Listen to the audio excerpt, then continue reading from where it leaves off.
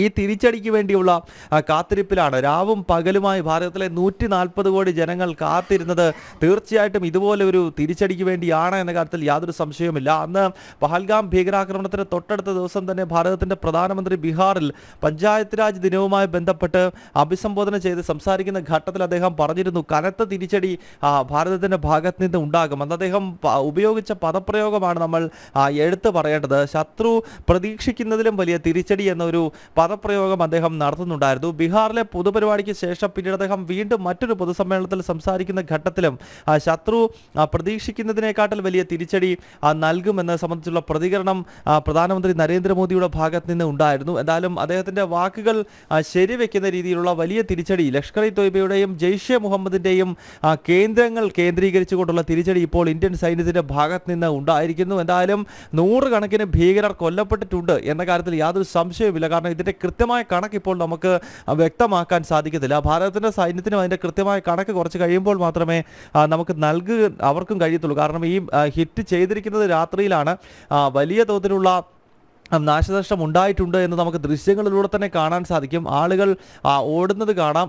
ഭീകര കേന്ദ്രങ്ങൾക്ക് നേരെ വ്യാപകമായി ഈ മിസൈലുകൾ വന്ന് പതിക്കുന്നത് നമുക്ക് കാണാൻ സാധിക്കുന്നുണ്ട്. അതിനാൽ തീർച്ചയായും വലിയ തിരിച്ചടി ഭാരതത്തിൻ്റെ ഭാഗത്ത് നിന്നുണ്ടായി. ഇതിൽ എത്ര നാശനഷ്ടം, എത്ര ഭീകരന്മാർ മരണപ്പെട്ടിട്ടുണ്ട്, കൊല്ലപ്പെട്ടിട്ടുണ്ട്, ഈ ഭീകരാക്രമണത്തിൽ ഈ തിരിച്ചടിയിൽ എത്ര എത്ര ഭീകരർക്ക് ജീവൻ നഷ്ടമായി എന്നത് സംബന്ധിച്ചുള്ള കണക്കുകൾ ഇനിയും വ്യക്തമാകേണ്ടതുണ്ട്. കാരണം ഈ കണക്കുകൾ പാകിസ്ഥാൻ യഥാർത്ഥത്തിൽ നൽകേണ്ടത്. കാരണം അവർക്കാണ് കൃത്യമായി ഇത് മനസ്സിലാക്കാൻ കഴിയുക. പക്ഷേ പാകിസ്ഥാനെ സംബന്ധിച്ചിടത്തോളം എപ്പോഴും ഇത്തരം കാര്യങ്ങളിൽ ചില അവ്യക്തതകൾ എപ്പോഴും വരുത്തും. പലപ്പോഴും അവർ ഈ ആക്രമണങ്ങൾ സമ്മതിക്കാറേ ഇല്ല. ഇതൊരു പക്ഷേ ഭാരതം അതിൻ്റെ ദൃശ്യങ്ങൾ ഉൾപ്പെടെ കൃത്യമായി ഭാരതത്തിന് ലഭിച്ചത് കൊണ്ടായിരിക്കാം ഈ രാത്രിയിൽ പാകിസ്ഥാൻ ഈ ഒരു ആക്രമണം നടന്നിരിക്കുന്നു, അല്ലെങ്കിൽ ഭാരതത്തിൻ്റെ മിസൈലുകൾ തങ്ങളുടെ പ്രദേശത്തേക്ക് പതിച്ചു എന്ന കാര്യം സമ്മതിക്കുന്നത്. മുൻപ് എയർ സ്ട്രൈക്ക്, ബാലാക്കോട്ടിലെ എയർ സ്ട്രൈക്കോ അതല്ലെങ്കിൽ സർജിക്കൽ സ്ട്രൈക്കിൻ്റെയൊക്കെ സമയങ്ങളിൽ പാകിസ്ഥാൻ ചില മൗനം അല്ലെങ്കിൽ ഇത്തരം ഒരു സ്ട്രൈക്ക് നടന്നിട്ടില്ല എന്നത് സംബന്ധിച്ചുള്ള പ്രതികരണം നടത്തുകയും റോയിറ്റേഴ്സ് ഉൾപ്പെടെയുള്ള അന്താരാഷ്ട്ര മാധ്യമങ്ങളെ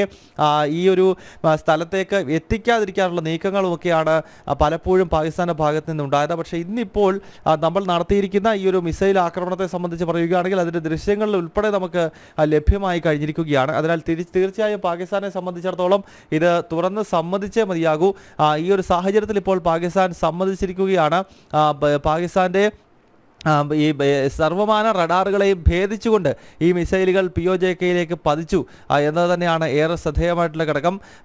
നേരത്തെ പാകിസ്ഥാനും അറിയാമായിരുന്നു ഇത്തരം ഒരു തിരിച്ചടി ഭാരതത്തിൻ്റെ ഭാഗത്ത് നിന്ന് ഉണ്ടാക്കുമെന്ന്. കാരണം അത്ര വലിയൊരു ആക്രമണമാണ് പാക് ഭീകരശക്തികൾ ഏപ്രിൽ 22 വൈകുന്നേരം ജമ്മു കാശ്മീരിലെ പഹൽഗാമിൽ നടത്തിയത്. അതിനാൽ ഈ ഒരു തിരിച്ചടി തീർച്ചയായും പാകിസ്ഥാൻ പ്രതീക്ഷിച്ചതാണ് എന്ന കാര്യത്തിൽ യാതൊരു സംശയവുമില്ല. അത് എപ്പോൾ എവിടെയാകുമെന്നത് സംബന്ധിച്ചൊരു അവ്യക്തതയായിരുന്നു പാകിസ്ഥാൻ ഉണ്ടായിരുന്നത്. കാരണം ഭാരത സൈന്യത്തിൻ്റെ പ്രഹരശേഷി എന്താണ് എന്നതിനെ സംബന്ധിച്ച് പാകിസ്ഥാന് കൃത്യമായി അറിയാം. 1947-ലും 65-ലും 71-ലും 99-ലും പാകിസ്ഥാൻ്റെ സൈന്യം ഇന്ത്യൻ സൈന്യത്തിൻ്റെ ചൂടറിഞ്ഞതാണ്. ആ യുദ്ധങ്ങളിലെല്ലാം പാകിസ്ഥാൻ സൈന്യത്തെ അപ്പാടെ പരാജയപ്പെടുത്തിക്കൊണ്ടുള്ള വലിയ സൈനിക നീക്കം ഭാരതത്തിൻ്റെ ഭാഗത്ത് നിന്ന് ഉണ്ടായിട്ടുള്ളതാണ്. അതിനാൽ പാക് സൈന്യം തീർച്ചയായും ഇങ്ങനെ ഒരു പ്രത്യാക്രമണം ഭാരതത്തിൻ്റെ ഭാഗത്ത് നിന്നും പ്രതീക്ഷിച്ചിരുന്നു. എന്നാൽ ശത്രുവിനെ കൃത്യമായി തന്നെ മനസ്സിലാക്കാൻ കഴിയാതെ ശത്രുക്കൾ ചിന്തിക്കാത്തതും പ്രതീക്ഷിക്കാത്തതുമായ ഒരു സ്ഥലത്താണ് ഇപ്പോൾ ഈ ഒരു വലിയ തിരിച്ചടി ഭാരതത്തിൻ്റെ ഭാഗത്ത് നിന്ന് ഉണ്ടായിരിക്കുന്നത് എന്നതാണ് ഏറെ ശ്രദ്ധേയമാകുന്ന ഘടകം. നിഖിൽ.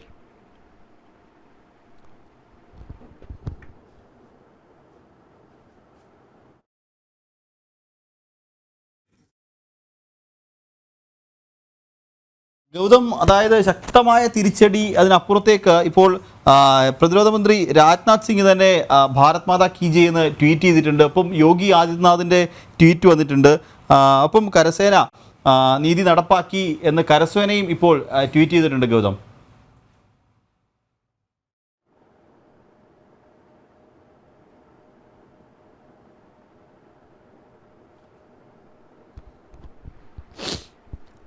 ആ നിഖിലെ, ഇത് ഈ രാത്രി ഇപ്പോൾ സമയം 3 മണിയായിരിക്കുകയാണ്. ഈ 3 മണി സമയത്ത് പോലും കൃത്യമായി തന്നെ, അതായത് ഇന്നലത്തെ രാത്രി നമ്മുടെ ഭരണകർത്താക്കൾ ഉറങ്ങാതെ കാത്തിരിക്കുകയായിരുന്നു. ഈ ഒരു ഓപ്പറേഷൻ്റെ സക്സസ്, അല്ലെങ്കിൽ ഈ ഒരു ഓപ്പറേഷൻ്റെ ഓരോ ചുവടുകളും കൃത്യമായി തന്നെ ന്യൂഡൽഹി നിരീക്ഷിച്ച് വരികയായിരുന്നു എന്ന കാര്യത്തിൽ യാതൊരു സംശയവുമില്ല. കാരണം ഏതാണ്ട് 2 മണി സമയത്താകണം ഈ ഒരു പ്രത്യാക്രമണം ഭാരതം നടത്തിയിരിക്കുന്നത്. ആ സമയം മുതൽ തന്നെ നമ്മുടെ ഭരണകൂടം ഇത് സംബന്ധിച്ചുള്ള സ്ഥിരീകരണം നൽകുന്നുണ്ടായിരുന്നു. ആദ്യഘട്ടത്തിൽ പ്രതിരോധ മന്ത്രാലയവും അതോടൊപ്പം തന്നെ കരസേനയും ഉൾപ്പെടെയുള്ള നമ്മുടെ സേനാ വിഭാഗങ്ങൾ ഈ തിരിച്ചടി സംബന്ധിച്ചുള്ള ഒരു സ്ഥിരീകരണം നൽകുന്നുണ്ട്. അതിനുശേഷം പിന്നീട് കിരൺ റിജിജു ഇത് സംബന്ധിച്ചുള്ള തിരിച്ചടിയുടെ കൃത്യമായ പ്രതികരണം നൽകുകയും അദ്ദേഹം അതിൻ്റെ ദൃശ്യങ്ങൾ ഉൾപ്പെടെ നവമാധ്യമങ്ങളിൽ സോഷ്യൽ മീഡിയയിൽ പങ്കുവെക്കുകയും ചെയ്തു. പ്രതിരോധ മന്ത്രി രാജ്നാഥ് സിംഗ് ഭാരത് മാതാ കി ജയ് മുദ്രാവാക്യം അല്ലെങ്കിൽ മന്ത്രങ്ങൾ മുഴക്കിക്കൊണ്ടാണ് ഈ ഒരു തിരിച്ചടി സംബന്ധിച്ചുള്ള സ്ഥിരീകരണം രാജ്യത്തെ ജനങ്ങൾക്ക് നൽകുന്നത്. ഉത്തർപ്രദേശ് മുഖ്യമന്ത്രി യോഗി ആദിത്യനാഥ്, ഛത്തീസ്ഗഡ് മുഖ്യമന്ത്രി വിഷ്ണുദേവ് സായി തുടങ്ങി ഇപ്പോൾ പല മുഖ്യമന്ത്രിമാരും ഈ തിരിച്ചടി സ്ഥിരീകരിക്കുകയും അതിലുള്ള ആഹ്ലാദം പങ്കുവെക്കുകയുമാണ്. കാരണം നേരത്തെ തന്നെ ഞാൻ സൂചിപ്പിച്ചിരുന്നു, ഇത് ഭാരതത്തിലെ 140 കോടി ജനങ്ങളും ആഗ്രഹിച്ച ഒരു വലിയ തിരിച്ചടിയാണ് എന്ന കാര്യത്തിൽ യാതൊരു സംശയവുമില്ല. കാരണം അത്രത്തോളം ഭാരതത്തിൻ്റെ മനസ്സിനെ വേദനിപ്പിച്ച അല്ലെങ്കിൽ പിടിച്ചു കുലുക്കിയ ഒന്നായിരുന്നു പഹൽഗാമിലെ ഭീകരാക്രമണം. പൊതുവെ ശാന്തമായ സാഹചര്യത്തിൽ, പൊതുവെ യാതൊരു പ്രശ്നങ്ങളും ഇല്ലാതെ നിൽക്കുന്ന ഈ ഘട്ടത്തിലാണ് അതിർത്തിയിൽ ഇത്രത്തോളം പ്രകോപനം സൃഷ്ടിച്ചുകൊണ്ട് പാകിസ്ഥാൻ ഇസ്ലാമിക ഭീകരവാദികൾ ഇത്തരമൊരു ആക്രമണം നടത്തിയത്. തീർച്ചയായിട്ടും അതിനുള്ള തിരിച്ചടി ഭാരതത്തിലെ 140 കോടി ജനങ്ങളും ആഗ്രഹിച്ചിരുന്നു എന്നത് ഒരു വസ്തുതയാണ്. കാരണം പൊതുവെ ശാന്തമായൊരു അന്തരീക്ഷമായിരുന്നു. മാത്രമല്ല, ജമ്മു കാശ്മീരിൻ്റെ ഇപ്പോഴത്തെ സാഹചര്യം നമുക്കറിയാം. അവിടെ തെരഞ്ഞെടുപ്പൊക്കെ നടത്തി കഴിഞ്ഞ 5 വർഷക്കാലമായി ആർട്ടിക്കിൾ 370 എടുത്തു കളഞ്ഞതിന് ശേഷമൊക്കെ പൊതുവെ സമാധാനത്തിൻ്റെയും അതല്ലെങ്കിൽ ഒരു നയാ കാശ്മീർ രൂപപ്പെടുന്ന കാലഘട്ടമാണ്. പൊതുവെ അവിടേക്ക് വിനോദസഞ്ചാരികൾ എത്തുന്നു. അവിടുത്തെ ആളുകൾക്ക് ഒരുപാട് പണം ഈ വിനോദസഞ്ചാരികളുടെ കൈകളിൽ നിന്നും ലഭിക്കുന്നു. അവിടുത്തെ യുവാക്കൾ ഉൾപ്പെടെ ഒരു മാറ്റത്തിൻ്റെ പാതയിലേക്ക് എത്തുകയും പൊതുവെ ഭാരതവുമായി ചേർന്ന് നിൽക്കുന്ന ഒരു വികാരം അവിടുത്തെ ജനങ്ങൾക്കിടയിൽ എല്ലാം രൂപപ്പെടുകയും ഒക്കെ ചെയ്യുന്ന ഘട്ടത്തിൽ വളരെ അപ്രതീക്ഷിതമായി ഈ പാകിസ്ഥാൻ ഭീകരവാദികൾ മതം ചോദിച്ചുകൊണ്ട്, അതും കലിമ ചൊല്ലാൻ ആവശ്യപ്പെട്ടുകൊണ്ടൊക്കെയുള്ള ഒരു വലിയ ഭീകരാക്രമണം, ഭാരതത്തിൻ്റെ അഖണ്ഡതയ്ക്കും പരമാധികാരത്തെയും ചോദ്യം ചെയ്തുകൊണ്ടുള്ള ഒരു ആക്രമണമാണ് നടത്തിയത്. അതിനാൽ തീർച്ചയായിട്ടും ഈ രീതിയിലുള്ള ഒരു കനത്ത പ്രഹരം തന്നെ ഭാരതത്തിലെ ജനങ്ങൾ ആഗ്രഹിച്ചിരുന്നു. കഴിഞ്ഞ ഏതാനും ദിവസങ്ങളായി ഉറങ്ങുമ്പോഴും ഉണരുമ്പോഴുമെല്ലാം ഈ പാകിസ്ഥാന് മറുപടി ഭാരതത്തിൻ്റെ സൈന്യം നൽകിയോ എന്നത് സംബന്ധിച്ചുള്ളൊരു വലിയ ചോദ്യം ഭാരതത്തിലെ സാധാരണക്കാരായ മനുഷ്യരുടെ എല്ലാം ഇടയിൽ ഉണ്ടായിരുന്നു എന്ന കാര്യത്തിൽ യാതൊരു സംശയവുമില്ല. അതിനാലാണ് ഈ 3 മണി സമയത്ത് തന്നെ ഇപ്പോൾ ഈ പ്രത്യാക്രമണത്തിൻ്റെ കൃത്യമായ തിരിച്ചടിയുടെ വിവരങ്ങൾ ഭാരതത്തിൻ്റെ ഭരണകൂടം ഈ സമൂഹവുമായി പങ്കുവെക്കരുത് എന്ന കാര്യത്തിൽ സംശയമില്ല. എന്തായാലും ഓപ്പറേഷൻ സിന്ദൂർ എന്ന് പേരിട്ടുകൊണ്ടുള്ള ഒരു നിർണായകമായ നീക്കമാണ് ഭാരത സൈന്യത്തിൻ്റെ ഭാഗത്ത് നിന്ന് ഉണ്ടായിരിക്കുന്നത് എന്ന കാര്യത്തിലാണ് ഇപ്പോൾ നമുക്ക് സ്ഥിരീകരണം ഉണ്ടാക്കുന്നത്. ഇതിൻ്റെ ദൃശ്യങ്ങൾ ഉണ്ടായിരിക്കുന്നു. ഈ സ്ട്രൈക്ക് ചെയ്തിരിക്കുന്നത് കോട്ട്ലി, അതോടൊപ്പം തന്നെ ഭവൽപൂർ, അതോടൊപ്പം തന്നെ മുസഫറാബാദ് എന്നീ ക്രൗഡ്ലി അറ്റാക്ക് ചെയ്തിരിക്കുന്നു എന്നാണ്. അതായത് ഇതെല്ലാം പ്രധാനപ്പെട്ട നഗരങ്ങളാണ്. പ്രത്യേകിച്ച് ഈ മുസഫറാബാദാണ് ഈ POJKയുടെ തലസ്ഥാന നഗരമായി അറിയപ്പെടുന്നത്. അവിടുത്തെ ഏറ്റവും ജനവാസ കേന്ദ്രമാണ്. അവിടേക്ക് തന്നെയാണ് ഇപ്പോൾ എയർ സ്ട്രൈക്ക് നടത്തിയിരിക്കുന്നത്. അതിനാൽ വലിയ നാശനഷ്ടമുണ്ടാകും. മാത്രമല്ല, ചില ഈ പ്രധാനപ്പെട്ട ഇവരുടെ കേന്ദ്രങ്ങൾ, ഈ മദ്രസകൾക്കൊക്കെ നേരെയും ഈ മിസൈൽ ആക്രമണം ഉണ്ടായിരിക്കുന്നു എന്ന് മനസ്സിലാക്കാൻ കഴിയുന്നുണ്ട്. കാരണം ഈ മദ്രസകൾ കേന്ദ്രീകരിച്ചുകൊണ്ടാണ് ജെയ്ഷെ മുഹമ്മദും ലഷ്കർ ഇ തോയ്ബയും ഒക്കെ ഈ മതതീവ്രവാദ പ്രവർത്തനങ്ങൾ നടത്തിയിരുന്നത്. ഈ പഹൽഗാമിലെ ഭീകരാക്രമണത്തിന് ശേഷം നമ്മൾ ഉൾപ്പെടെ റിപ്പോർട്ട് ചെയ്തിരുന്ന ചില നിർണായകമായ റിപ്പോർട്ടുകളുണ്ട്. അതായത് ഈ POJKയിലെ മദ്രസകൾ ഒഴിഞ്ഞു പോകുന്നു, മദ്രസകളിൽ നിന്നും ആളുകളെ ഒഴിപ്പിക്കുന്നു എന്നതൊക്കെ സംബന്ധിച്ചുള്ള വാർത്തകൾ വന്നിരുന്നു. അത് പാകിസ്ഥാനിലെ മാധ്യമങ്ങൾ തന്നെ ഇക്കാര്യം സ്ഥിരീകരിച്ചതാണ്. അതായത് ഈ മദ്രസകൾ കേന്ദ്രീകരിച്ചുകൊണ്ടാണ് ഭീകരവാദ പരിശീലനങ്ങളും മറ്റും നടത്തിയിരുന്നത്. അതിന് തൊട്ടടുത്തുള്ള ലോഞ്ച് പാഡുകളിൽ നിന്നാണ് പലപ്പോഴും ഈ ഭീകരശക്തികൾ നുഴഞ്ഞുകയറ്റം നമ്മുടെ രാജ്യത്തേക്ക് നടത്തിയത്. അതിനാൽ തന്നെ ഈ മദ്രസകൾക്കൊക്കെ നേരെ തന്നെയാണ് ഇപ്പോൾ ഈ ആക്രമണം ഉണ്ടായിരിക്കുന്നത് എന്നാണ് നമുക്ക് മനസ്സിലാക്കാൻ കഴിയുന്നത്. ഒപ്പം കൂട്ടിച്ചേർക്കാൻ കഴിയുന്ന കൂടുതൽ അപ്ഡേറ്റുകൾ പാകിസ്ഥാനിലെ പല പ്രധാനപ്പെട്ട വിമാനത്താവളങ്ങൾ അടച്ചിരിക്കുന്നു എന്നുള്ളതാണ്.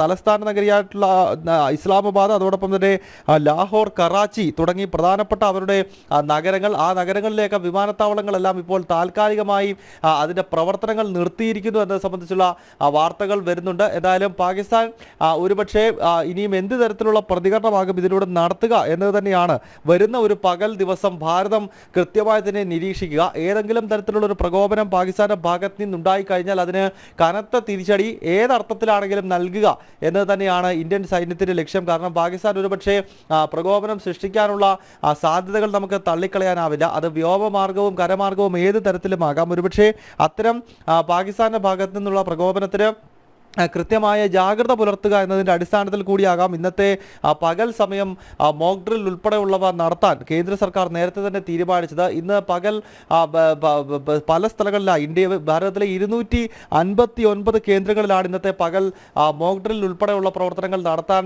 കേന്ദ്ര സർക്കാർ നിർദ്ദേശം നൽകിയത്. അത് സംബന്ധിച്ചുള്ള നിർദ്ദേശം 5-ാം തീയതി കേന്ദ്ര ആഭ്യന്തര മന്ത്രാലയം പുറപ്പെടുവിച്ചിരുന്നു. അതേ ദിനത്തിൽ തന്നെ പുലർച്ചെ സമയത്ത് ഇത്തരം ഒരു തിരിച്ചടി പാകിസ്ഥാന് നൽകിയിരിക്കുന്നു എന്നത് തന്നെ ഏറെ ശ്രദ്ധേയമായ ഘടകം. എന്തായാലും പാകിസ്ഥാന്റെ ഭാഗത്ത് നിന്നും എന്തെങ്കിലും തരത്തിലുള്ള പ്രകോപനം ഉണ്ടായിക്കഴിഞ്ഞാൽ തീർച്ചയായും കനത്ത പ്രഹരം ഏൽപ്പിക്കുക എന്നത് തന്നെയാകും ഭാരത സൈന്യത്തിന്റെ തീരുമാനം എന്നതും ഒരു സംശയവുമില്ലാത്ത കാര്യമാണ്. എന്തായാലും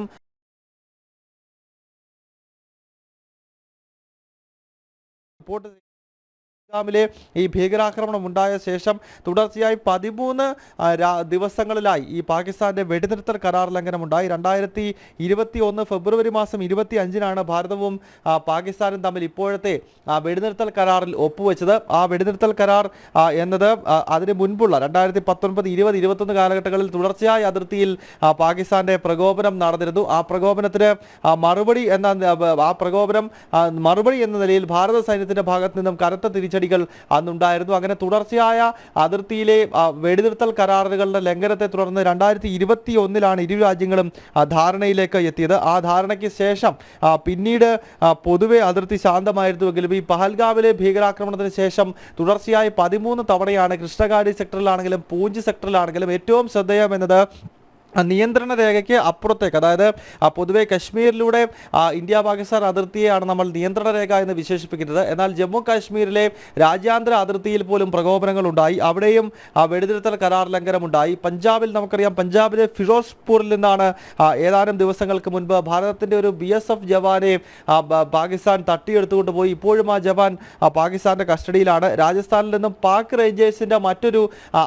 റേഞ്ചേഴ്സിന്റെ ഒരു പട്ടാളക്കാരനെ ഭാരതവും കഴിഞ്ഞ ദിവസം കസ്റ്റഡിയിലെടുത്ത് വെച്ചിട്ടുണ്ട്. ഏതായാലും ഇത്തരം പ്രകോപനങ്ങൾ തുടർച്ചയായി അതിർത്തിയിൽ പാകിസ്ഥാൻ നടത്തുന്ന ഘട്ടത്തിൽ ഇനിയുമുള്ള നിമിഷങ്ങളിൽ അവർ എന്താണ് ചെയ്യാൻ പോകുന്നത് എന്ന് കൃത്യമായി തന്നെ ഭാരതം പ്രത്യേകിച്ച് ന്യൂഡൽഹി നിരീക്ഷിച്ച് വരികയാണ്. കാരണം പ്രകോപനം പാകിസ്ഥാൻ നടത്താനുള്ള സാധ്യതകൾ നമുക്ക് തള്ളിക്കളയാൻ ആവത്തില്ല. അതിനാൽ വ്യോമമാർഗവും കരമാർഗവും ഏതെങ്കിലും രീതിയിലുള്ള ഒരു പ്രകോപനത്തിന് പാകിസ്ഥാൻ മുതിർന്നു കഴിഞ്ഞാൽ അതിന് ശക്തമായ രീതിയിലുള്ള പ്രതിരോധം, തിരിച്ചടി ഭാരത സൈന്യത്തിന്റെ ഭാഗത്ത് നിന്ന് ഉണ്ടാകും എന്ന് തന്നെ വേണം മനസ്സിലാക്കാൻ. അതിനുള്ള തയ്യാറെടുപ്പുകൾ തീർച്ചയായും ഭാരത സൈന്യം കഴിഞ്ഞ കുറേ ദിവസങ്ങളായി തന്നെ പ്രത്യേകിച്ച് ജമ്മു കശ്മീർ പോലെയുള്ള സ്ഥലങ്ങളിൽ നടത്തുന്നുണ്ട്. അത് കശ്മീരിൽ മാത്രമല്ല, പാകിസ്ഥാനുമായി അതിർത്തി പങ്കിടുന്ന മറ്റ് സംസ്ഥാനങ്ങൾ ജമ്മു കശ്മീർ, അതോടൊപ്പം തന്നെ രാജസ്ഥാൻ, ഗുജറാത്ത്, പഞ്ചാബ് തുടങ്ങിയ 4 സംസ്ഥാനങ്ങളിലൂടെയാണ് പാകിസ്ഥാൻ അതിർത്തി കടന്നു പോകുന്നത്. അതിനാൽ രാജസ്ഥാനിലും അതുപോലെ തന്നെ പഞ്ചാബിലും അതുപോലെ ഗുജറാത്തിലും ജമ്മു കാശ്മീരിന്റെ എല്ലാ മേഖലകളിലും സുരക്ഷാ സേനയുടെ നേതൃത്വത്തിൽ കനത്ത ജാഗ്രത നേരത്തെ തന്നെ പുലർത്തിയിരുന്നു. ഭാരതത്തിന്റെ സൈന്യത്തിന്റെ മൂവ്മെന്റുകൾ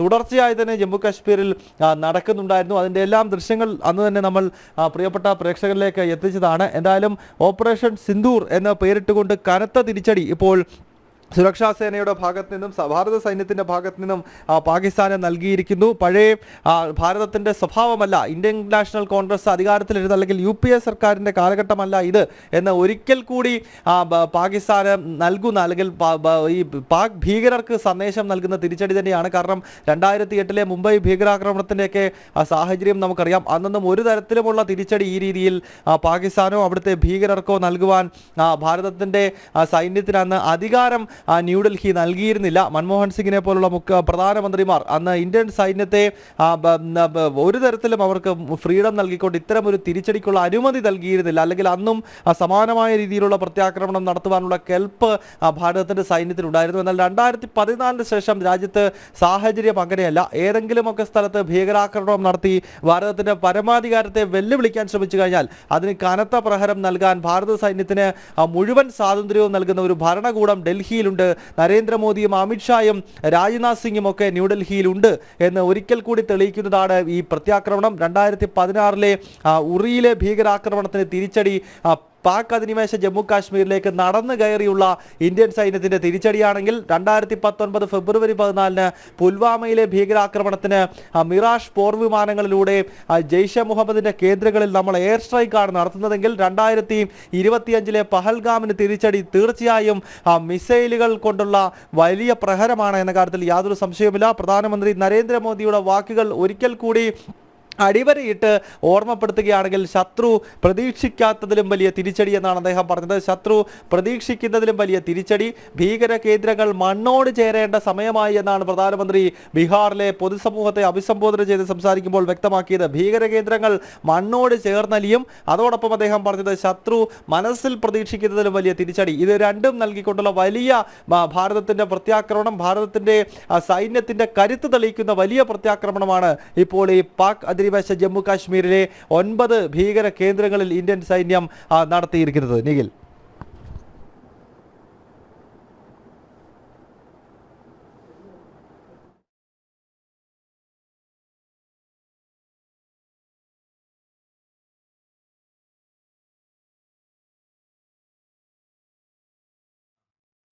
ഗൗതം, ഒപ്പം തന്നെ ചില സ്ഥലങ്ങളിലൊക്കെയായി പാകിസ്ഥാന്റെ ഭാഗത്തു നിന്നൊരു പ്രകോപനം ഉണ്ടാകുന്നുണ്ട് എന്ന തരത്തിലുള്ള വാർത്തകളൊക്കെ വരുന്നുണ്ട്. ഉറി അടക്കമുള്ള മേഖലകളിൽ പാകിസ്ഥാൻ ഷെല്ലാക്രമണം നടത്തുന്നു എന്ന ഒരു വാർത്തയും ഇപ്പോൾ പുറത്തു വരുന്നുണ്ട്.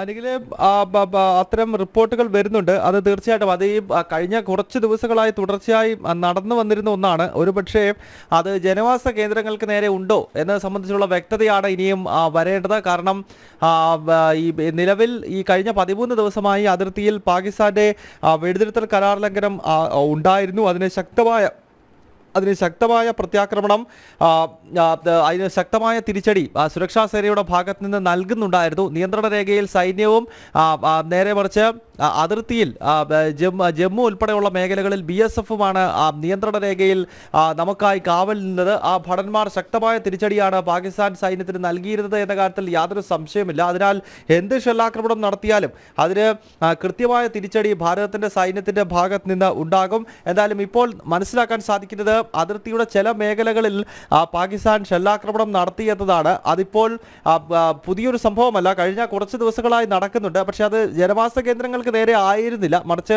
സൈനിക പോസ്റ്റുകൾ ലക്ഷ്യമിട്ടുകൊണ്ടുള്ള പ്രകോപനമാണ് പാകിസ്ഥാന്റെ ഭാഗത്ത് നിന്ന് ഉണ്ടായത്. എന്നാൽ ജനവാസ കേന്ദ്രങ്ങളിലേക്ക് പാകിസ്ഥാന്റെ ഏതെങ്കിലും രീതിയിലുള്ള പ്രകോപനം ഉണ്ടായാൽ തീർച്ചയായും പാകിസ്ഥാൻ ഇനിയും ചിന്തിക്കുന്നതിനപ്പുറത്തുള്ള തിരിച്ചടി ഭാരതത്തിന്റെ സൈന്യം നൽകുമെന്ന കാര്യത്തിൽ യാതൊരു സംശയമില്ല. ഇപ്പോൾ നമ്മൾ കൃത്യമായി പറഞ്ഞാൽ പാകിസ്ഥാനിലെ സാധാരണ ജനങ്ങൾക്കിടയിലേക്കല്ല ഈ മിസൈലുകൾ പതിച്ചിരിക്കുന്നത് എന്ന് തന്നെയാണ് നമുക്ക് മനസ്സിലാക്കാൻ കഴിയുന്നത്. കൃത്യമായി ജിഹാദികൾക്ക് നേരെ, അതായത് ഇസ്ലാമിക ഭീകരശക്തികൾക്ക് നേരെയാണ് ഇപ്പോൾ ഭാരത സൈന്യത്തിൻ്റെ പ്രത്യാക്രമണം ഉണ്ടായിരിക്കുന്നത്. അല്ലാതെ പാകിസ്ഥാനിലെ ജനവാസ കേന്ദ്രങ്ങളിലേക്ക് നേരിട്ട് മിസൈലുകൾ പതിക്കുകയല്ല, മറിച്ച് POJKയിൽ വർഷങ്ങളായി ഈ ഭീകരവാദികൾ പരിശീലനം നടത്തുന്ന മദ്രസകളോ അല്ലെങ്കിൽ ഭീകരവാദികളുടെ കേന്ദ്രങ്ങളോ ലക്ഷ്യമിട്ടുള്ള ഭാരതത്തിൻ്റെ പ്രത്യാക്രമണമാണ് ഉണ്ടായിരിക്കുന്നത്. അതിന് പകരമായി ഭാരതത്തിലെ ഏതെങ്കിലും ജനവാസ കേന്ദ്രങ്ങളിലേക്ക് പാകിസ്ഥാൻ പ്രകോപനം സൃഷ്ടിച്ചു കഴിഞ്ഞാൽ തീർച്ചയായും വലിയ തിരിച്ചടിയിലേക്ക് കാര്യങ്ങൾ എത്തും. അതൊരു യുദ്ധത്തിലേക്ക് പോലും കാര്യങ്ങൾ എത്തിക്കഴിഞ്ഞാൽ അതിൽ ഒരു തരത്തിലുമുള്ള അത്ഭുതം വേണ്ട. കാരണം അതിനുള്ള എല്ലാ തയ്യാറെടുപ്പുകളും ഭാരത സൈന്യത്തിൻ്റെയും കേന്ദ്ര സർക്കാരിൻ്റെയും ഭാഗത്ത് നിന്നുണ്ടായിരുന്നു. പഹൽഗാമിന് ശേഷം നമുക്കറിയാം വലിയൊരു യുദ്ധത്തിലേക്ക് നമ്മുടെ നാട് നീങ്ങുന്നുണ്ടോ എന്ന് തോന്നിപ്പിക്കുന്ന രീതിയിലുള്ള ചില പ്രതികരണങ്ങൾ കേന്ദ്ര സർക്കാരിൻ്റെയൊക്കെ ഭാഗത്ത് നിന്നുണ്ടായിരുന്നു. ഇന്നിപ്പോൾ നടക്കാൻ പോകുന്ന മോക്ക് ഡ്രിൽ തന്നെ അതിൻ്റെ ഒരു ഏറ്റവും പ്രത്യക്ഷമായ ഉദാഹരണമാണ്. കാരണം സാധാരണ നിത്യേന നടക്കുന്ന ഒന്നല്ല മോക്ക് ഡ്രില്ലുകൾ.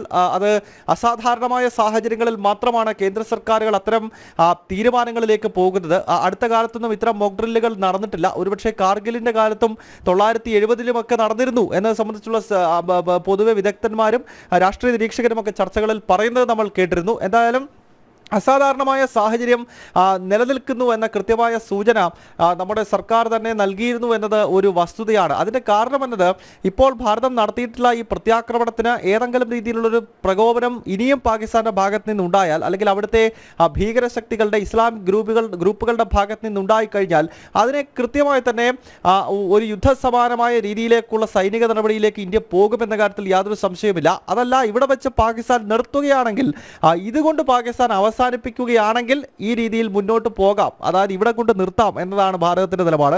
അതല്ല, ഇനിയും സാധാരണ കളിക്കുന്ന രീതിയിലുള്ള കളികളുമായി വീണ്ടും വന്നു കഴിഞ്ഞാൽ അതൊരു ഒന്നൊന്നര തിരിച്ചടിയിലേക്ക് കാര്യങ്ങൾ പോകും. അതിന് എല്ലാ അർത്ഥത്തിലും നമ്മുടെ സുരക്ഷാ സേന തയ്യാറാണ് എന്ന കൃത്യമായ സന്ദേശം പാകിസ്ഥാന് നമ്മൾ ഇതിനകം തന്നെ നൽകി കഴിഞ്ഞിരിക്കുന്നു. ഇതിൽ ഏറ്റവും ശ്രദ്ധേയമെന്നത് രണ്ട് രീതിയിലുള്ള തിരിച്ചടികളായി കഴിഞ്ഞിരിക്കുന്നു എന്നുള്ളതാണ്. ഒന്ന്, സൈനികമായ രീതിയിലുള്ള തിരിച്ചടി പാകിസ്ഥാന് നമ്മൾ നൽകി കഴിഞ്ഞിരിക്കുന്നു. ഓപ്പറേഷൻ സിന്ദൂറിലൂടെ ഇപ്പോൾ പാകിസ്ഥാനിലെ ഇസ്ലാമിക ഭീകരവാദികളുടെ കേന്ദ്രങ്ങൾ ലക്ഷ്യമിട്ട് നമ്മുടെ മിസൈലുകൾ പതിച്ചു. നമ്മുടെ ലക്ഷ്യസ്ഥാനം ഭേദിച്ചുകൊണ്ട് ആ മിസൈലുകൾ എത്തിക്കഴിഞ്ഞു. അതൊന്ന്. രണ്ടാമതായി, നയതന്ത്ര തലത്തിൽ ഭാരതം നൽകിയിട്ടുള്ള തിരിച്ചടികളെ പറ്റി നമുക്ക് അറിയാവുന്നതാണ്. നയതന്ത്ര തലത്തിൽ പഹൽഗാമിന് തൊട്ടടുത്ത ദിവസം തന്നെ സിന്ധു നദീജല കരാറിൽ നിന്നുള്ള ഭാരതത്തിന്റെ പിന്മാറ്റം കൂടി ഈ ഘട്ടത്തിൽ നമ്മൾ ഓർക്കേണ്ടതുണ്ട്. കാരണം പാകിസ്ഥാന് ഭാരതം നൽകാവുന്ന ഏറ്റവും വലിയ തിരിച്ചടികളിൽ ഒന്ന് അത് തന്നെയാണ് എന്ന കാര്യത്തിൽ യാതൊരു സംശയമില്ല. കാരണം ഇപ്പോൾ നൽകിയിരിക്കുന്നത് പാകിസ്ഥാനിലെ ഭീകര കേന്ദ്രങ്ങൾ തകർത്തുകൊണ്ടുള്ള സർജിക്കൽ സ്ട്രൈക്കുകളാണെങ്കിൽ പാകിസ്ഥാനിലെ മുഴുവൻ സമൂഹത്തെയും ബാധിക്കുന്നത് തന്നെയാണ് ഈ സിന്ധു നദീജല കരാറിൽ നിന്നുള്ള പിന്മാറ്റം എന്ന കാര്യത്തിൽ സംശയമില്ല. കാരണം യുദ്ധകാലഘട്ടങ്ങളിൽ പോലും 947-ലെയോ 65-ലെയോ 71-ലെയോ 99-ലെയോ യുദ്ധകാലത്ത് പോലും നമ്മൾ അത്ര കടുത്ത തീരുമാനങ്ങളിലേക്ക് പോയിരുന്നില്ല. 47-ൽ യുദ്ധം നടക്കുമ്പോൾ ഈ കരാർ എത്തിയിരുന്നില്ല. നമുക്കറിയാം, അത് 60-ലാണ് ഒപ്പിടുന്നത്. പക്ഷേ അതിനുശേഷവും യുദ്ധങ്ങൾ നടന്നു. 65-ൽ നടന്നു, 71-ൽ, 99-ലൊക്കെ യുദ്ധം നടന്നിട്ടുണ്ട്. ആ കാലഘട്ടങ്ങളിൽ പോലും നമ്മൾ സിന്ധു നദീജലത്തിൽ കരാറോ അതല്ലെങ്കിൽ അതിൻ്റെ പോഷക നദികളിൽ നിന്നുള്ള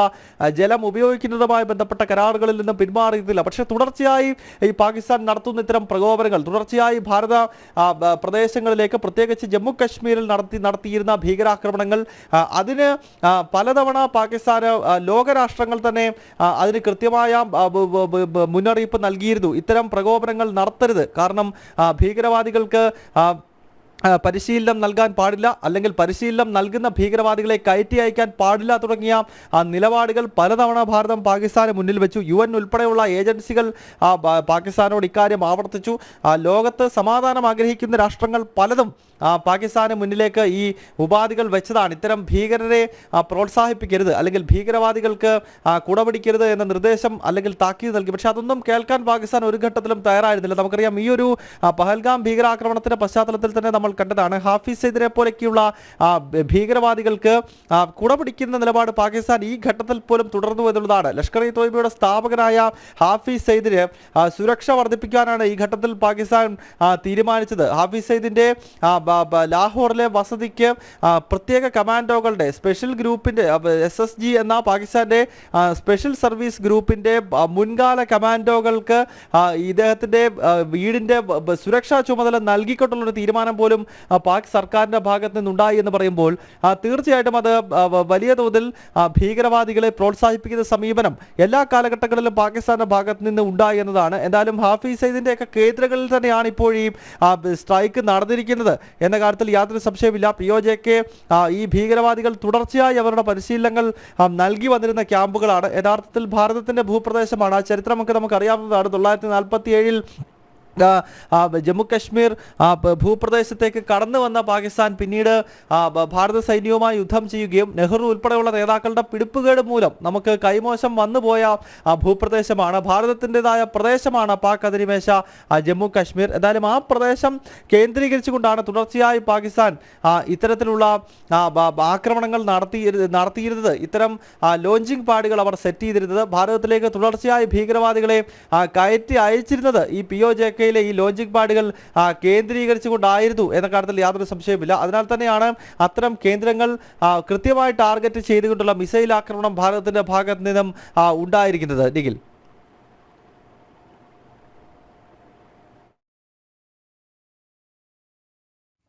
ഗൗതം, അതായത് ഈ ഒരു പഹൽഗാം ഭീകരാക്രമണത്തിന് തൊട്ടു പിന്നാലെ ഗൗതം അല്പം മുമ്പ് സൂചിപ്പിച്ചു, തൊട്ടു പിന്നാലെ തന്നെ പ്രധാനമന്ത്രി നരേന്ദ്രമോദി അദ്ദേഹം സൗദി സന്ദർശനത്തിലായിരുന്നു. ആ സന്ദർശനം അദ്ദേഹം റദ്ദാക്കിക്കൊണ്ട് ഭാരതത്തിലേക്ക് തിരിച്ചെത്തുന്നു. നിർമ്മലാ സീതാരാമൻ അടക്കമുള്ള കേന്ദ്രമന്ത്രിമാർ അവർ വിവിധ രാജ്യങ്ങൾ സന്ദർശനത്തിലായിരുന്നു. അവരെല്ലാം ഈ ഒരു അവരുടെ സന്ദർശനം പൂർത്തിയാക്കി ഭാരതത്തിലേക്ക് മടങ്ങിയെത്തുന്നു. ഒപ്പം തന്നെ പ്രതിരോധ മന്ത്രി രാജ്നാഥ് സിംഗ്, ആഭ്യന്തരമന്ത്രി അമിത്ഷാ ആ മൊമെന്റിൽ തന്നെ ഈ അപകടം അല്ലെങ്കിൽ ആ ഭീകരാക്രമണം ഉണ്ടായി തൊട്ടടുത്ത് തന്നെ പഹൽഗാമിലേക്ക് പോകുന്നു.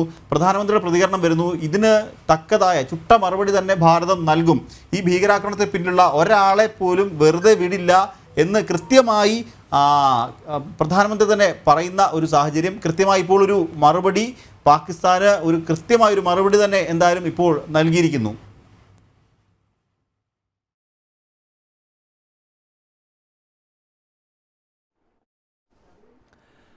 അനിഖിൽ, അത് തന്നെയാണ്. പാകിസ്ഥാന് ശക്തമായ മറുപടി തന്നെയാണ് ഭാരത സൈന്യത്തിന്റെ ഭാഗത്ത് നിന്ന് ഉണ്ടായിരിക്കുന്നത്. ഇത് കൃത്യമായി നമ്മൾ പ്രതീക്ഷിച്ചതാണ്. കാരണം ഇത്തരമൊരു തിരിച്ചടി നൽകുമെന്ന് നേരത്തെ തന്നെ സുരക്ഷാ സേനയും ഭാരതത്തിന്റെ പ്രധാന സേവകൻ നരേന്ദ്രമോദിയും വ്യക്തമാക്കിയിരുന്നു. നമുക്കറിയാം, ഇത് മോദിയുടെ ഗ്യാരണ്ടിയാണ്. കാരണം പ്രധാനമന്ത്രി നരേന്ദ്രമോദി അദ്ദേഹം പറഞ്ഞ കാര്യങ്ങൾ യാഥാർത്ഥ്യമാക്കിയിട്ടുള്ള നേതാവാണ്. അതിനാൽ മോദിയുടെ ഗ്യാരണ്ടി എന്ന കാര്യത്തിൽ ഒരിക്കൽ കൂടി അത് അടിവരയിട്ട് പറയേണ്ടി വരും. അദ്ദേഹം പറഞ്ഞ കാര്യങ്ങൾ പ്രവർത്തിച്ചിട്ടുള്ള വ്യക്തിയാണ്, അല്ലാതെ കേവലം പ്രസംഗം നടത്തുന്ന വ്യക്തിത്വമല്ല. അതിനാൽ ശത്രു പ്രതീക്ഷിക്കുന്നതിനേക്കാൾ വലിയ തിരിച്ചടി എന്ന പദപ്രയോഗം തന്നെയാണ് ഭാരതീയരുടെ മനസ്സിലൂടെ കടന്നു പോകുന്നത്. അതോടൊപ്പം അദ്ദേഹം പറഞ്ഞത് ഭീകര കേന്ദ്രങ്ങൾ മണ്ണോടടിയും. ഈ രണ്ട് പ്രത്യേക പദപ്രയോഗങ്ങൾ അദ്ദേഹം ഉപയോഗിച്ചിരുന്നു. അന്ന് തന്നെ നമ്മൾ കരുതിയതാണ് ഇതൊരു വലിയ തിരിച്ചടിയിലേക്ക് സൈന്യം പോകും, പാകിസ്ഥാൻ എന്തോ വലുത് നേരിടാൻ പോകുന്നു എന്നത് കൃത്യമായി നമുക്ക് അന്ന് തന്നെ മനസ്സിലായിരുന്നു. എന്തായാലും ആ കാര്യത്തിൽ ഒരു സംശയവും ഉണ്ടായില്ല. പഹൽഗാം ഉണ്ടായി ഏതാണ്ട് 2 ആഴ്ചയ്ക്ക് ശേഷം കനത്ത തിരിച്ചടി ശത്രുവിന് നൽകുവാൻ നമ്മുടെ സുരക്ഷാ സേനയ്ക്ക്, സൈന്യത്തിന് സാധിച്ചിരിക്കുന്നു. ഇപ്പോൾ പ്രതികരണങ്ങൾ ഘട്ടം ഘട്ടമായി വരികയാണ്. ഭാരത് മാതാ കീ ജയ് എന്ന ട്വീറ്റാണ് ഇപ്പോൾ പ്രതിരോധ മന്ത്രി രാജ്നാഥ് സിംഗിന്റെ ഭാഗത്ത് നിന്ന് ആദ്യഘട്ടത്തിൽ ഉണ്ടായത്. കാരണം അതിലൂടെ എല്ലാം വ്യക്തമാണ്, ഭാരതത്തിന്റെ മനസ്സിന് ഭാരത മാതാവിനേറ്റ മുറിവാണ് പഹൽഗാം ഭീകരാക്രമണം എന്ന കാര്യത്തിൽ സംശയമില്ല. ഭാരതത്തിലെ 140 കോടി ജനങ്ങൾക്കും വലിയ മാനസിക ബുദ്ധിമുട്ടുകൾ ഉണ്ടാക്കുന്ന അല്ലെങ്കിൽ വിഷമങ്ങളിലേക്ക് തള്ളിവിടുന്ന ഒന്നായിരുന്നു പഹൽഗാമിലെ ഭീകരാക്രമണം. 26 നമ്മുടെ ഭാരതീയരെയാണ് നമുക്ക് പഹൽഗാമിൽ നഷ്ടമായത്. മാത്രമല്ല അതൊരു മതത്തിൻ്റെ അടിസ്ഥാനത്തിൽ നടത്തിയ ഭീകരാക്രമണം കൂടിയായിരുന്നു. കലിമ ചൊല്ലാൻ ആവശ്യപ്പെടുകയും മുസ്ലിങ്ങളല്ലാത്തവർ ഈ രാജ്യത്ത് നിൽക്കേണ്ടതില്ല എന്നൊരു ആഹ്വാനം ചെയ്യുകയും ചെയ്യുന്ന ഒരു കാലത്ത് ഏതാണ്ട് 89-ലും 90-ലും 91-ലും 92-ലും കശ്മീരി പണ്ഡിറ്റുകൾക്ക് നേരെ നടന്നതിന് സമാനമായ രീതിയിലുള്ളൊരു ഭീകര ആക്രമണം തന്നെയാണ് പഹൽഗാമിൽ നടന്നത് എന്ന കാര്യം സംശയമില്ലല്ലോ. അതിനാൽ തീർച്ചയായും അതിനെ തിരിച്ചടി നൽകേണ്ട കടമ ഭാരതത്തിൻ്റെ സൈന്യത്തിനും ഭാരതത്തിൻ്റെ സർക്കാരിനുമുണ്ട്. അത് സ്വയം പ്രധാനമന്ത്രി നരേന്ദ്രമോദി തന്നെ ഏറ്റെടുക്കുന്നുണ്ടായിരുന്നു എന്നതുകൂടി നമ്മൾ ഈ ഘട്ടത്തിൽ ഓർക്കുന്നു. അദ്ദേഹം തന്നെ നേരിട്ടതിൻ്റെ ഉത്തരവാദിത്തം ഏൽക്കുകയും അതിന് തിരിച്ചടി ഇന്ത്യൻ സൈന്യം നൽകും എന്ന ഉറപ്പ് ഭാരതത്തിലെ ജനങ്ങൾക്ക് അദ്ദേഹം നൽകുകയും ചെയ്തിരുന്നു. അക്കാര്യത്തിൽ ഇപ്പോൾ ഒരു തീരുമാനമായിരിക്കുന്നു. വലിയ തിരിച്ചടി സുരക്ഷാ സൈന്യത്തിൻ്റെ ഭാഗത്ത് നിന്നും പാക് കേന്ദ്രങ്ങൾക്ക് നൽകിയിരിക്കുകയാണ്. ഏതാണ്ട് 9 കേന്ദ്രങ്ങളിൽ ഇപ്പോൾ തിരിച്ചടിച്ചുകൊണ്ടാണ് ഭാരതത്തിൻ്റെ ഭാഗത്ത് നിന്നും വലിയ തോതിലുള്ള പ്രത്യാക്രമണം ഉണ്ടായിരിക്കുന്നത്. ഇപ്പോൾ അതിർത്തിയിലെ ചില വാർത്തകൾ കൂടി വരുന്നുണ്ട്. ചില സ്ഥലങ്ങളിൽ ഇപ്പോൾ ചില പ്രകോപനം പാകിസ്ഥാൻ സൃഷ്ടിക്കുന്നതായി മനസ്സിലാക്കാൻ സാധിക്കുന്നു. നിയന്ത്രണ രേഖയുടെ പല സ്ഥലങ്ങളിലും ഇപ്പോൾ വെടിനിർത്തൽ കരാർ നടത്തുന്നുണ്ട്. മേധർ സെക്ടറിൽ ഇപ്പോൾ പാകിസ്ഥാൻ ഷെല്ലിംഗ് നടത്തുന്നതായ വാർത്തകൾ പുറത്തേക്ക് വരുന്നുണ്ട്. കുറച്ച് ആശങ്ക ഉണ്ടാക്കുന്ന റിപ്പോർട്ടുകൾ തന്നെയാണ് എന്ന കാര്യത്തിൽ സംശയമില്ല. മേധർ സെക്ടറിൽ വ്യാപകമായ ഷെല്ലാക്രമണം ഈ ജനവാസ കേന്ദ്രങ്ങൾക്കടുത്തേക്ക് തന്നെ നടത്തുന്നു എന്ന് മനസ്സിലാക്കാൻ സാധിക്കുന്നു. അതിന് കനത്ത തിരിച്ചടി ഇന്ത്യൻ സൈന്യത്തിൻ്റെ ഭാഗത്ത് നിന്ന് ഉണ്ടാവുകയാണ്. പക്ഷേ ഇത് കഴിഞ്ഞ കുറേ ദിവസങ്ങളായി നടക്കുന്നുണ്ട്. എന്നാൽ അത് ജനവാസ കേന്ദ്രങ്ങൾ ലക്ഷ്യമിട്ടുകൊണ്ടായിരുന്നില്ല ഈ അങ്ങോട്ടും ഇങ്ങോട്ടുമുള്ള ഷെല്ലാക്രമണങ്ങൾ നടന്നത്. പാകിസ്ഥാനാണ് ആദ്യഘട്ടങ്ങളിൽ പ്രകോപനങ്ങൾ സൃഷ്ടിക്കുക. അതിന് തിരിച്ചടി തിരിച്ചടി എന്ന നിലയിൽ പാക് റേഞ്ചേഴ്സിന്റെ പോസ്റ്റുകൾ കേന്ദ്രീകരിച്ചുകൊണ്ടുള്ള പ്രത്യാക്രമണം ഭാരത സൈന്യത്തിന്റെ ഭാഗത്ത് നിന്നുണ്ടാകും. അത് നിയന്ത്രണ രേഖയ്ക്ക് അപ്പുറത്തേക്ക് തന്നെ ഈ പ്രകോപനങ്ങൾ പലതവണ കടന്നിരുന്നു. സാധാരണയായി പ്രകോപനം നടക്കുന്നത് കശ്മീർ റീജിയണിലെ കശ്മീരിലാണ് ഈ നിയന്ത്രണ രേഖ ഉള്ളത് എന്ന് നമുക്ക് അറിയാവുന്നതാണ്. ആ നിയന്ത്രണ രേഖയിലാണ് പലപ്പോഴും ഈ വെടിനിർത്തൽ കരാർ ലംഘനങ്ങൾ നടക്കുന്നത്. എന്നാൽ ഈ പഹൽഗാമിന് ശേഷം മറ്റ് സ്ഥലങ്ങളിലേക്ക് രാജ്യാന്തര അതിർത്തി കടന്നു പോകുന്ന സ്ഥലങ്ങളിലും അതിൻ്റെ പ്രതിഫലനങ്ങൾ ഉണ്ടായി. ജമ്മു റീജിയനിലൂടെ കടന്നു പോകുന്നത് രാജ്യാന്തര അതിർത്തിയാണ്. അവിടെ പോലും പാകിസ്ഥാൻ വെടിനിർത്തൽ കരാർ ലംഘനം നടത്തുകയും അതിന് തിരിച്ചടി ഭാരത സൈന്യം നൽകുകയും ചെയ്തിരുന്നു. ഒപ്പം പഞ്ചാബിലെ ഫിറോസ്പൂരിൽ നേരത്തെ നമ്മൾ സൂചിപ്പിച്ചിരുന്നു, ഒരു BSF ജവാനെ അകാരണത്താൽ തട്ടിക്കൊണ്ടു പോകുന്നൊരു രീതി പാകിസ്ഥാന്റെ ഭാഗത്ത് നിന്നുണ്ടായി. അദ്ദേഹം ഈ രാജ്യാന്തര അതിർത്തി ഭേദിച്ച് പാകിസ്ഥാന്റെ സ്ഥലത്തേക്ക് നടന്നു നീങ്ങി എന്നത് പാകിസ്ഥാന്റെ വാദമാണ്. ഇക്കാര്യം BSF തള്ളുന്നുണ്ടായിരുന്നു. അദ്ദേഹത്തെ തട്ടിയെടുത്തുകൊണ്ട് അവരുടെ കസ്റ്റഡിയിലേക്ക് പോകുകയായിരുന്നു. അതിന് തിരിച്ചടി എന്ന നിലയിൽ ഇന്ത്യൻ സൈന്യം കഴിഞ്ഞ ദിവസം രാജസ്ഥാനിൽ നിന്നും പാക് റേഞ്ചേഴ്സിന്റെ ഒരു പട്ടാളക്കാരനെ കസ്റ്റഡിയിൽ എടുത്തു വെച്ചിട്ടുണ്ട്. അപ്പോൾ അത്തരം നീക്കങ്ങൾ കഴിഞ്ഞ കുറേ ദിവസങ്ങളായി പഹൽഗാം ഭീകരാക്രമണത്തിന് ശേഷം ഇത്തരം വലിയ തോതിലുള്ള പ്രകോപനങ്ങൾ ഇങ്ങോട്ട് നടത്തുന്നു. അതിന് തിരിച്ചടി എന്ന നിലയിൽ അങ്ങോട്ട് തിരിച്ചടിയും നൽകുന്നുണ്ടായിരുന്നു. അതിൻ്റെ തുടർച്ചയും പ്രത്യേകിച്ച് ഈ ഒരു ഭാരത സൈന്യം നടത്തിയ ആക്രമണത്തിൻ്റെ പ്രതിഫലനമായിട്ട് കൂടിയാകാം ഒരുപക്ഷെ ഇപ്പോൾ ഈ ഷെല്ലാക്രമണം നടന്നുകൊണ്ടിരിക്കുന്നത്. എന്തായാലും ഇപ്പോൾ കനത്ത ഷെല്ലാക്രമണം ഈ പ്രദേശത്ത് നടക്കുന്നു. മേധർ സെക്ടറിൽ, പൂഞ്ച് സെക്ടറിലുമാണ് ഇപ്പോൾ പാകിസ്ഥാന്റെ ഈ ഷെല്ലാക്രമണം നടന്നിരിക്കുന്നത്. അതിന് കനത്ത തിരിച്ചടി പാകിസ്ഥാന്റെ സൈനിക പോസ്റ്റുകൾ ലക്ഷ്യമിട്ടുകൊണ്ട് ഈ നിയന്ത്രണ രേഖയിലും അതോടൊപ്പം തന്നെ മേധർ പൂഞ്ച് സെക്ടറുകളിലും നടക്കുന്നു എന്ന് തന്നെയാണ് നമുക്ക് ഇപ്പോൾ മനസ്സിലാക്കാൻ സാധിക്കുന്നത്. നിഖിൽ.